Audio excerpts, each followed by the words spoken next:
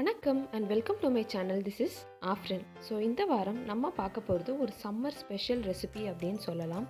பார்க்குறதுக்கே ரொம்ப கலர்ஃபுல்லாக இருக்குல்ல? எஸ், மேங்கோ ஃப்ரூட்டி வீட்டிலையே எப்படி ப்ரிசர்வேட்டிவ்ஸ் இல்லாமல் செய்கிறதுங்கிறது தான் பார்க்க போகிறோம். ரொம்ப சிம்பிளான இன்க்ரீடியன்ட்ஸ் வச்சு தாங்க நம்ம இதை ப்ரிப்பேர் பண்ண போகிறோம்.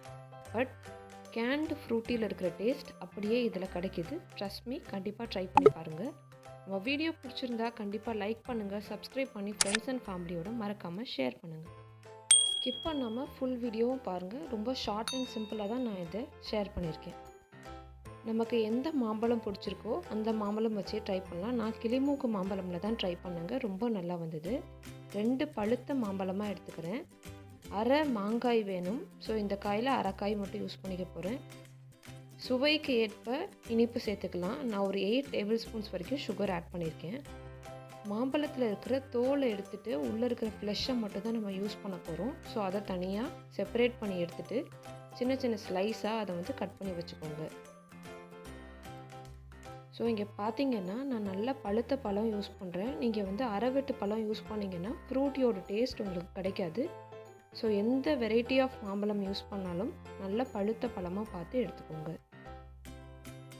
இவ்வளோ சிம்பிளாக ஃப்ரூட்டி ப்ரிப்பேர் பண்ணலாம் அப்படின்னு தெரிஞ்சால் பாதி பேர் ஃப்ரூட்டியை கடையில் வாங்குறத ஸ்டாப் பண்ணிடுவாங்க. அவ்வளோ ஈஸி தான் இதோட ப்ரிப்பரேஷன் மெத்தட். இப்போ மாங்காயில் இருக்கிற தோல் எல்லாத்தையுமே எடுத்துகிட்டு அரை மாங்காயை மட்டும் நான் சின்ன சின்ன ஸ்லைஸாக கட் பண்ணி எடுத்துக்கிறேன். 2 மாம்பழத்தில் ப்ரிப்பேர் பண்ணதுனால இவ்வளோ தான் எடுத்துக்கிறோம். ஸோ மாம்பழம் இன்க்ரீஸ் பண்ணிங்க அப்படின்னா மாங்காயும் அதுக்கேற்ற மாதிரி கூட்டிக்கோங்க. ஹீட்டிங் பவுலில் நான் இது எல்லாத்தையுமே ட்ரான்ஸ்ஃபர் பண்ணிக்கிறேன். மாம்பழம், மாங்காய், சுகரு இது எல்லாமே டிப்பார் அளவுக்கு முங்குற அளவுக்கு தண்ணியும் ஆட் பண்ணிக்கலாம். இப்போ இதை நம்ம ஒரு 10 மினிட்ஸ்க்கு ஃபுல் ஸ்டீமில் க்ளோஸ் பண்ணி பாயில் பண்ணிக்கலாம். மாம்பழம், மாங்காய் ரெண்டுமே நல்லா வேகிற அளவுக்கு இதை பாயில் பண்ண விடணும்.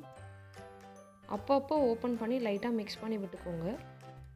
நம்ம ஆட் பண்ணியிருக்கிற தண்ணியோட கலரில் மாம்பழம் நல்லா வெந்து அதோட ரசம் இறங்கி எல்லோ கலரில் தண்ணி டர்ன் ஆகிடுச்சுன்னா நல்லா பாயில் ஆகிடுச்சின்னு அர்த்தம்.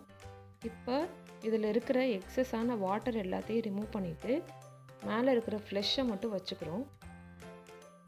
அந்த ஸ்டெயின் பண்ண தண்ணியை அப்படியே தனியாக வைங்க, பின்னாடி யூஸ் பண்ணிக்கலாம்.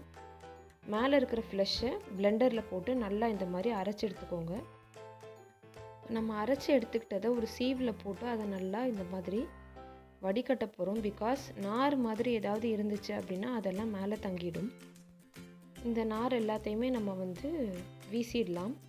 பேலன்ஸ் நம்ம சீவ் பண்ணி எடுத்ததோட கொஞ்சம் தண்ணி ஆட் பண்ணிவிட்டு விஸ்க் வச்சு இதை நல்லா விஸ்க் பண்ணி விடுங்க. கட்டி கட்டியாக இருக்கக்கூடாது, நல்லா அது ஸ்மூத் ஆகணும். அந்தளவுக்கு நல்லா பீட் பண்ணிக்கோங்க, எக் பீட் பண்ணுற மாதிரி. வாட்டரி கன்சிஸ்டன்சியில் இருக்கணும். அதனால தேவையான அளவுக்கு தண்ணி ஆட் பண்ணிக்கோங்க. ஒரு 4 கப்ஸ் வரைக்கும் தண்ணி.